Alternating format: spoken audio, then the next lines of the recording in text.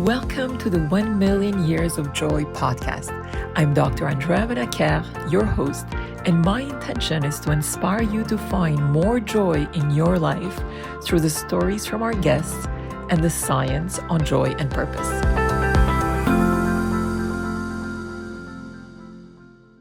Malte, it's such a great pleasure to have you with us today. Welcome. Yeah, Andrea, thank you so much for having me. I'm really excited for this. So am I. And when I discovered your brand and what you do, I absolutely was inspired. And I'm so delighted that we can speak today. And from what I've seen, you're known as the sustainable toy guy.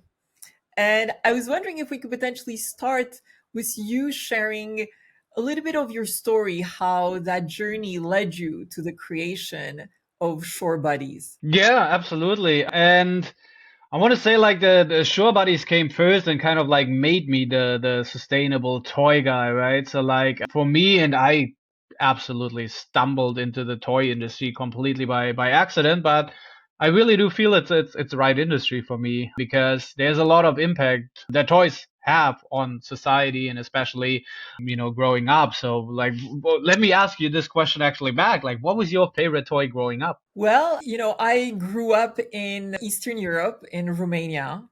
And let's just say that the concept of having, a ton of toys was not something that existed at the time of the communist regime. So I had this doll that was very dear to me. And sustainability at the time was not on top of minds, let's just say, of my parents in terms of choices of the toys that they were choosing for me. But it's interesting because now, as you've asked this question for me, when we had kids, we actually became very conscious of the selections and the choices we were making for the toys. So we were leaning, for example, more towards certain wood toys that had colors that were more natural and non-toxic and so on. So let's just say that the awareness that I had as a kid versus as a parent has totally, of course, evolved over time. Yeah, no, absolutely. That's great, like that you as a parent made those like conscious decisions, like what toys are good for it. What I kind of like want to get into is a little bit deeper even than that, right? So like I'm a big believer that toys have a huge impact on what we kind of like accomplish and like, going forward in our in our entire life, right? And when you said like you had this doll that was kind of like really near to dear with you, right? So it's actually no surprise to me because it's a really well-known fact actually. Kids that love to play with dolls and puppets and all of that are really great communicators, and hence here we are. I'm guest of your podcast. So that kind of like spiraled forward, right? So like your favorite toy actually might even have had a greater impact on like you growing up and, like your past and what you choose to do with your life and in society than you might be actually aware of, right? And that's kind of like how I stumbled into the toy industry, and that's why I'm really excited to be in the toy industry. So for me, I discovered actually my stories is very similar to you as like so I was born and raised grew up in Germany, and then my entrepreneurial journey began way later in life after I moved to San Diego in California, right? So and then for me it was very interesting to like having a sustainable values growing up in Germany. It's kind of like been of our kind of like part of daily life, right? And especially recycling. When Germans do something, they really always do it like 100% and absolutely by the rules, right? But like what the missing part for me was the why. So like we always recycle, we're militant about it, we rinsed our yogurt cups and everything like that and went into the recycling. But for me, the missing link was what is actually happening, with all those recyclables? Where do they go and all of that? We recycled, but there was no really like path. Okay, something is happening there. And then fast forward when I moved to California, it actually got even worse, and my expectations were so different, right? Like I got to California and I was under this impression of this is the forefront of the green revolution, right? Everyone here is eco-friendly, everyone here recycles, everyone hugs the tree in the morning, California, right? As we know it from Hollywood, the picture they paint and all of that. But then getting there, and Andrea, I was shocked, right? Like everyone was using single-use plastic, and pretty much the recycling system was not in place whatsoever, right? So like for me, it was a complete foreign concept. Although they charge, like, and still California is considered like really, forward thinking in that kind of way, but for me, the recycling system was like, I always want to say, was a scam, right? So like the grocery stores, they charge you, they're recyclable, they're CIV, they deposit and everything, but there's no easy way of returning any of that, right? So like you literally have to go to the end of town and, like find a recycling center that give it to you, but they don't give you like the 8 cents, like you pay actually like at the grocery store, they wait it and they give you something. So, and it's actually really really inconvenient, and like I kind of knew the system in Europe and in Germany where it's right in the store, right? You buy it, you return it, and it's all good. So like, and that was not existing in California. So I was very confused, like how could this all happen? And the way I ended up in the toy industry is kind of like thinking about being there, being confused by that situation, and immediately thinking like, what can be different, right? Like based on my knowledge, based on my background, what I know so far, what I experienced so far in life, how can we optimize this a little bit here? And I got inspired by another brand in California that was Patagonia, a huge outdoor brand. I'm sure you've heard of them.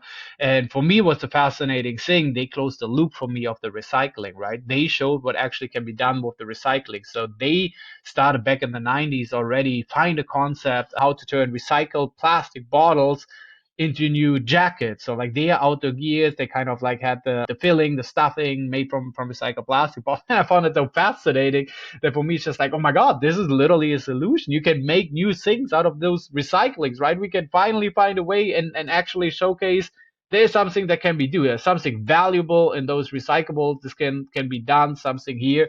And for me, then the entrepreneurial spirit kicked in after reading the article. And literally the first thing I saw, like after I put my laptop away, was a stuffed animal. And I was wondering if anyone is doing that already, right? So like, and back then that was in 2014, and we started like, with small tests down in San Diego before we kind of like got to the global stage.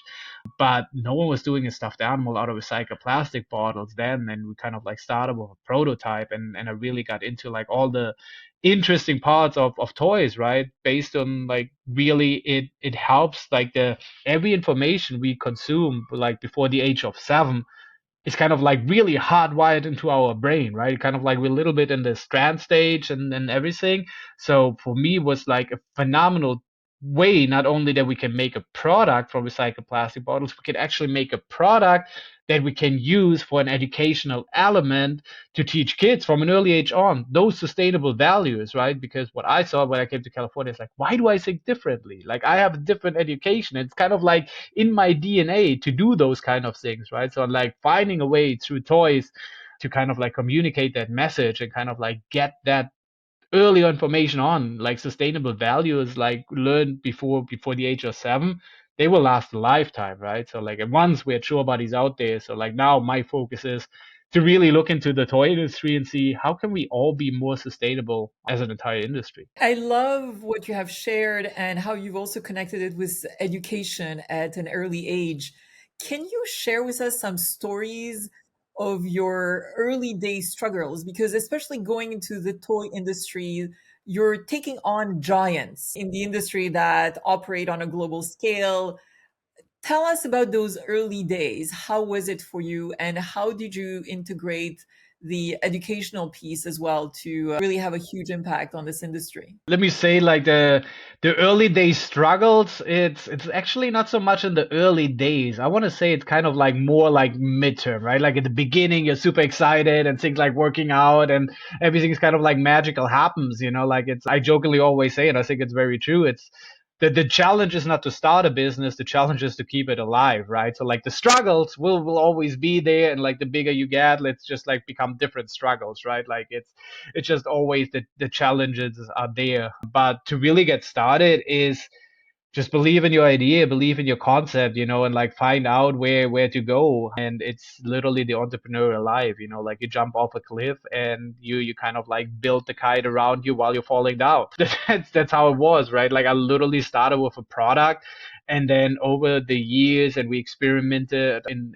the field, you learn along the way. You connect with the people in the industry that can help you. You probably fail more often than you succeed, but you just keep on going, and you kind of like grow, right? So like, and if you have something really unique and something wonderful, you get the support out there. Like you have something that stand out. And for us with Show Buddies, it's not such only the we make a sustainable product, right? We make a sustainable product that comes with education and value. And as an entire company, we recently made the change last year to become a California social purpose corporation, which allows us actually to do inherit like all of those kind of things actually, or even on a business level, right? So like for us, we can showcase our shareholders, for example, that we really go for the double bottom line or triple bottom line in our case, right? Not just the profit. I mean, you need that, like you need to keep the engine running, but we also like focus heavily on the educational part and that we make it sustainable, right? So like for us, it's yeah, creating an entire ecosystem and show that it is possible, right? You talked about taking on the giants in the industry.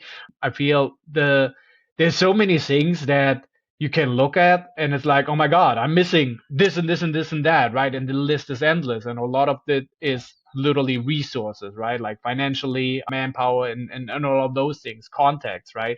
But coming back to what is our strengths, right? What is our strengths as a small startup? What is our way we can do? We can be fast, like we can be edgy, we can be trendy, we can do all of those kind of things and go out there. And I think that's what helped us to get noted. Like one of the very first ones, really promoting sustainability like on a global level in toys. So for us as a small company, it's really to prove a concept that it is actually possible, to offer a sustainable toy at an acceptable market price, right? Because reality is that and that's the reason why the giants are not fully focused and fully behind it yet, is it's a cost situation, right? And at the end of the day, there's a consumer who buys the product in the store or buys the product online, right? And although we all say, I'm going to make the sustainable choice no matter what, right? Or I'm going to make the sustainable choice.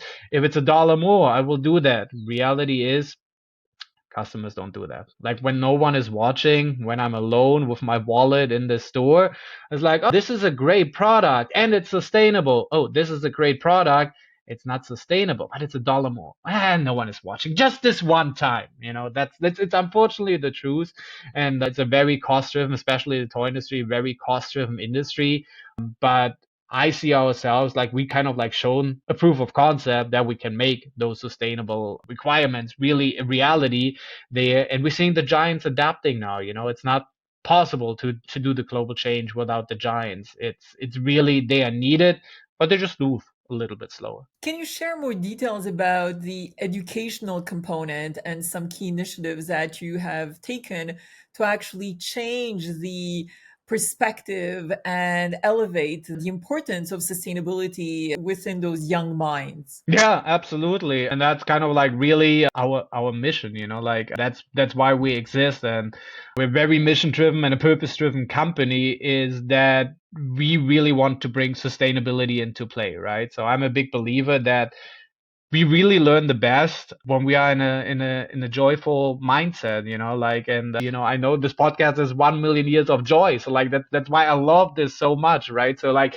let's be joyful. Like our mind works best when we are in a happy state. That's when we learn, right? So that's why I think toys are so phenomenal for this. So like, think about, like, you have a stuffed animal, like, and then you have with our show buddies, for example, you have a comic strip that comes with the stuffed animal that helps you to learn about, like what this animal and wildlife is actually, experiencing right now. And for us, it's kind of like really in a entertaining but educational way to talk about the issue, of plastic pollution in the ocean. So all of our toys, they come with this educational information. There's a little comic strip on the hang tag, so you can learn about that, the impact, and the ways you can help. You can scan a QR code and have access, to animated videos that really go in there. So for us, it's really education, really, or change really starts with education. And education is two things. It's awareness and it's empowerment, right? So like for us, through the toys, we really incorporate the entire, educational aspect, bring awareness to what plastic pollution is, but also kind of like give the tools, like it's like, hey, here's what you can do, and like we have it completely with every animal. So everyone, every kid out there, every family that interacts with a shore body, they learn about the issue of ocean plastic pollution, and then in addition to that, we're also working with schools, mainly in Southern California, where we kind of like go in there and give like educational classes, do workshops with them. We have entire like Shore Buddies education package that schools can get from us. It comes with a lesson plan with the different characters,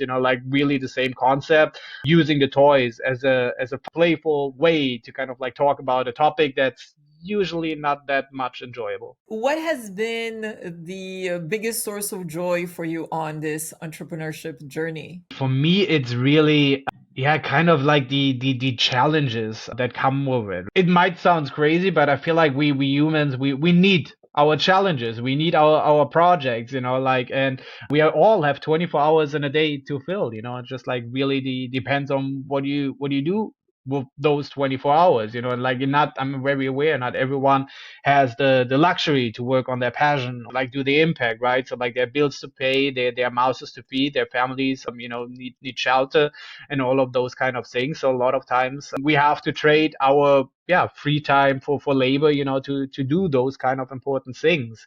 But I am really, really passionate about the growth and the challenge and see kind of like how big we can scale that. So like for me, it's two things really. The business part of it really brings me joy, kind of like adapt to new situations, kind of like what is happening, going with the time, staying innovative, incorporating new parts of technology, exploring and expanding into new markets, all those very, very different challenges. And then at the same time, actually seeing the joy, seeing how kids, how families react to it, like the first time they see Shore Body, like they, oh my god, they're made from recycled plastic bottles. Oh my god, that's so cute. Oh, Finn the dolphin, that's such a cool story. Oh no, what we can do to help Shelly the sea turtle? Like really seeing the joy of the kids and the families interacting with them. So yeah, it's really rewarding. And I know you've also created the $1 for the ocean initiative, which is really a very powerful concept. Can you share more about that, please? Yeah, absolutely. So $1 for the Ocean is our foundation partner that allows us, to like go to public schools where we have those workshops, have those forecasts. So with every shore body that we sell, we donate $1 literally for the ocean, and it goes to different nonprofit organizations. And it's nonprofit organizations that are in line with our missions with shore buddies, right? Where we kind of really put in effort towards education. We also support, like certain other aspects where we do like beach cleanups, like, but it's really mainly focusing on awareness, right? So like our aspect, and I think that makes us very, very different to a lot of other organizations, to a lot of other consumer products that kind of like promoting the ocean plastic, is they're very heavy on the cleanup side, while we are very heavy on the educational, on the prevention side, right? So like I always jokingly say, like now after this podcast, you get another cup of tea or cup of coffee, and not sure about your drinking preference, right? But you go to your kitchen and you find your kitchen flooded. What is the first thing you do? You're not gonna take out the mop and start cleaning the floor. You make sure the water is not running, right? So, and that's why we so double down so much on the educational aspect. And $1 for the ocean as a foundation allows us, to kind of like really focus those donation monies and work with the nonprofit organizations that are in line with the mission to really bring educational to where it's needed the most. And looking into the future, what is your vision for Shore Buddies and the $1 for the ocean? So for $1 for the ocean, it's really, we want to reach a billion kids, like give them access to like ocean plastic education. We want to reach a billion kids by 2030 to kind of like have them learn about, like get really the empowerment through play, if you will. And with Shore Buddies, it's really getting our message out there to in a way that's kind of like state of the art, right? So like we all know about Finding Nemo, like all those amazing movies and all of that. And that kind of like creates a connection, like creates emotional connection. And that's what Shore Buddies, and that's what, in my opinion, toys are all about, create this emotional connection with the actual animals living out there, and feeling their empathy for them. So for the long vision for us, Shore Buddies is really creating this huge edutainment ecosystem that teaches about ocean plastic, and empowers everyone to, yeah, kind of like doing the necessary steps. So like what we really want to create is a Finding Nemo that is actually saving our oceans from plastic. And if you were to describe in 3 words your journey to date with these ventures, what words would you choose? The 3 words, it's literally empowerment, it's resilience. I feel like that's what you need to have as a startup. And it's education. So those are really the things where it really helps, kind of like to set your North Stars. For new entrepreneurs that may be listening to your journey and being inspired by everything you have accomplished until now, what advice would you have for those that are aspiring to build initiatives that have a positive impact on sustainability and on our world? The first thing is literally be like Nike, just do it, like believe in yourself. You have those thoughts for a reason. Like if you think, like if those thoughts come to your mind, believe in yourself and do it. And no one is perfect, but execution comes over perfection, right? So like don't spend a lot of time. It's like I'm be ready to launch at one point and this and that. You really need to execute, and you need to execute fast, right? I always say, like, if you don't hate the first version of your product, you're launching too late, right? So execution over perfection.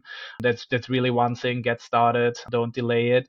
And another thing is resilience, like build resilience, don't give up. Those setbacks will come. Drain your resilience muscle. You will need it. And support yourself with a great team. Like they say, if you want to go fast, go alone. If you want to go far, team up. And it's really true. You need a team of supporters. You need a team of, yeah, that help you to can go there, and that either be like, a team of co-founders, of workers, like all of that, or it can literally be your support system, like of your friends and family that will encourage you to keep going, or to get started. It's really surround yourself with people that believe in you as well.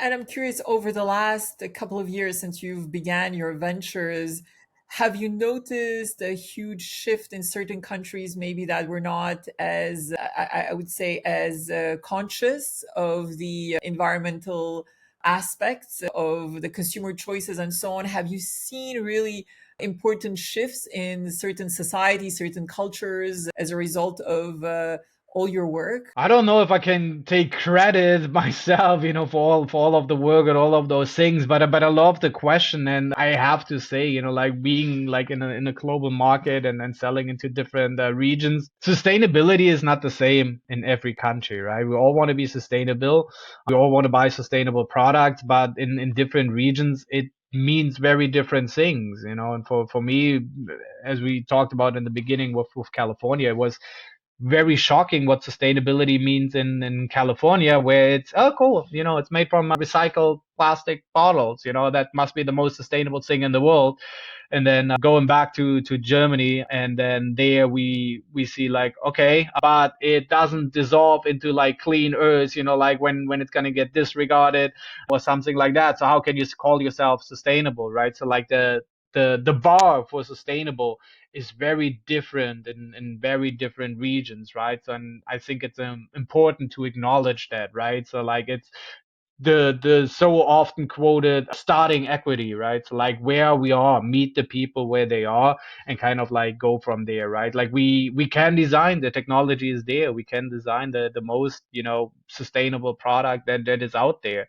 But if people lacking the resources to afford it, we're not winning much in the fight against ocean plastic. I agree. And I was looking at one of the posts that you've made on LinkedIn, and you're sharing how many years it actually takes for a plastic bottle to decompose. Can you share those statistics with our audience, please? Yeah, and then that's a shocking thing, right? And that's for me why ocean plastic pollution, or like plastic pollution in general, is is for me the most pressing issue that we have globally, because the plastic just doesn't go anywhere. It really affects the most vulnerable, right? So we invented that stuff a little bit over 100 years ago, in 1908 or something like that. It's like when we developed plastic, which is a little bit over 100 years, right? So, and best statistic, and that's all like guesses from right now, is that plastic takes over 1,000 years to decompose. So that means like every plastic we kind of like developed, and if it didn't get recycled and turned into something new, or it didn't get burned, it's somewhere out there, like still in the environment. And that's for me is really, really shocking. A lot of that ends up in the ocean, and marine animals, they just don't know better, or like they ingest it with their diet, right? Like the whale swims around in the ocean and like feeds on krill, and now with like all this tiny microplastic that is out there, it doesn't think about going anywhere, right? So like, again, we invented it over 100 years ago. Best statistics shows it takes 1,000 years for a plastic bottle to like decompose in the environment. We have another 900 years to go, like, and we are adding more and more plastic still to our environment, and that's kind of like why it is shocking for me. So like, it has to be like really like rethinking of the impact every product and everything is like happening with, yeah, our consumerism on the environment. I was just reading an article about the challenges we have even with microplastics that are just so present, as you were mentioning, whether it's within the fish that we eat or even the bottled waters that we buy wherever we may be, and how pervasive that problem has become and what a huge impact it actually has on our health. And many consumers are driven by choices, as you said, maybe that are financially oriented. And often we disregard the importance of what it actually means, not only for the planet, but even for our health. Any thoughts or perspectives on that based on what you've researched to date? Absolutely, and I think you bring up a good point, right? It's not only that it affecting the marine animals and other animals, like the statistics say that over 1 million ocean animals die every single year due to ocean plastic pollution, right? That's turtles, dolphins, you name it, right? And it doesn't end there. Like, this is already like bad and horrible, but it doesn't end there. Like, as you said, it's coming back to our own food chain. It's not just only the fish. Like, I think 2 weeks ago, a recent article came out. They really finding now it's literally in everything. It's literally like in protein, it's in grain. Like, we consume plastic with our Western diet on a daily basis. There's statistics that we eat the equivalent of a credit card in plastic every single month, right? So like, and that's, it's coming back to our own food chain, and we really need to think about like what impact that will have on our health, like, long term. What future do you hope that we will find ourselves in as a result of a more conscious approach to how we consume things? If we project ourselves in 10 years from now or 20 years from now, and if we look at some of the clients that you're currently serving that are playing with your toys today, what aspirations of a world do you think we will find ourselves as a result of collective actions to not only bring more joy to our lives, but also create a more sustainable future? Let me put that question into two different questions, right? So, what is the aspiration that I want to have for like the Sure Buddies customer of today, right? Maybe the kid, like, remember, like, until 7 years old, we really consume everything and all information kind of like as a sponge, right? And having those environmental, yeah, values really, really from an early age on, is that I hope, we can inspire at an early age on, that 10 years from now, those kids grow up with a very different mindset, right? For us right now, we go to a conference, we go to Starbucks, we kind of like do all of things, and we are still okay of receiving this plastic cup. If I grow up with this as a kid and knowing better, that's the impact it has. That's what it's really harming the environment. Then I really hope that we can make a change, and those kids will say, no, not for me. Like, I know that problem, right? This is like really, and it sounds bad. I don't want to offend any smokers, right? But we came this way with smoking cigarettes. That was tolerated completely in the 70s, like everyone was smoking, no impact on that, right? Like, now you smoke, that's a stigma, right? So like, unless, at least in a lot of countries, a lot of areas and regions in this world, especially in California for sure, right? So like, this is kind of like, ooh, this smells, right? So like, and my hope is kind of like that we get there with plastic, right? That the kids 10 years from now, they really would be like, oh, okay, well, what are you guys thinking? Like there are different alternatives. There's no need to use a plastic cup when I'm sitting here on premises and drinking my coffee. Give me like a mug.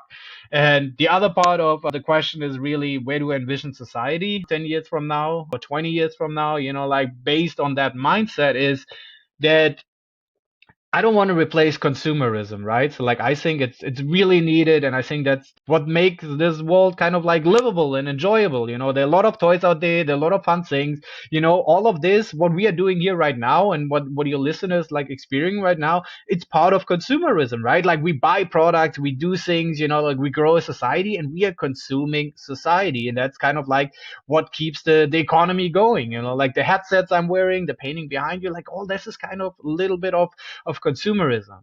But what I really want to aim for is to do it in a conscious way, like being aware of the impact we're having. And a wonderful aspect to kind of like go forward is my hope that we are leaning more towards a circular economy, right? Where really all the products that we create, that we consume, are thought through at the end. It's like they will have to go somewhere at one point, and how is this happening, right? So like what is there? And that's really what I hope we can like aim for as society, to create it more in a circular ways, and ideally it's done by the kids that are playing with shore buddies today. A fun question for you. If each one of the shore buddies that you have within your collection would have a superpower, what do you think it would be, and how would they use it to protect the ocean? Yeah, no, it's they all have kind of like have a superpower, right? So like they all have kind of like their individual characters. Finn the dolphin, for example, he's like super playful,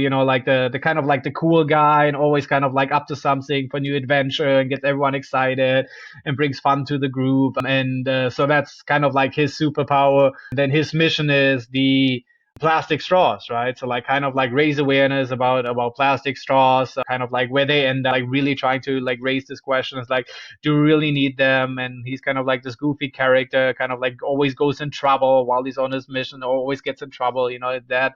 And but is like very popular guy, so like he always gets like help from the other shore buddies, like to get through those challenges. Then we have, yeah, kind of like Emma the whale, who's like a little bit of a grandma character, like super caring, like always wants to take care of everyone, tells us stories from her like, travels, and her superpower is really kind of like, yeah, like the old knowledge and the old wisdom, and kind of like, I've seen it out there, kind of like, method. And goes on and on with all the different characters, kind of like having their own, yeah, kind of like really own characteristics and their superpower. My favorite, and everything started with him, was it's Steven Seagal, like, and he's the seagull, kind of like the connection between the humans and the animals, and he's like a little bit the leader of the group, kind of like trying to get everything organized, but kind of like a little clumsy every now and then, like it's wants to play the boss, and kind of like gets into situations that are sometimes comical. Love it. What can you share about yourself, Malte? A fun fact that maybe not a lot of people know about you. I want to say like I'm a very, very global person, right? So like I'm a dual citizen to of Germany and the US.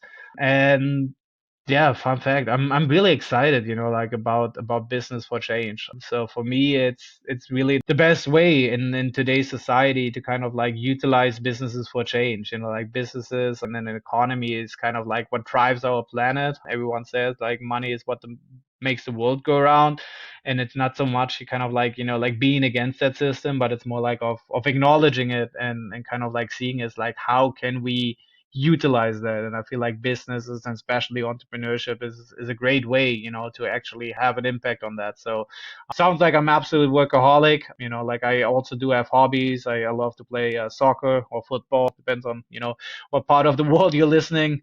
Playing with the dogs, going on beach walks. I love to read a lot. So that's kind of like who I am. Any final words of wisdom that you'd like to share with our audience as it relates to joy and your journey? Yeah, be passionate about it, like, and I think it's hard to keep the passion up every now and then, like it's, but set your North Star. If you're on a journey, believe you're on there for a reason, and it's supposed to bring you joy, like, and that's kind of like look towards your North Star, remember, when it gets tough, and those times definitely will come, why you're doing it, like, and back to have a support system that ideally will tell you, like, why are you doing that? Keep your North Star, go for that.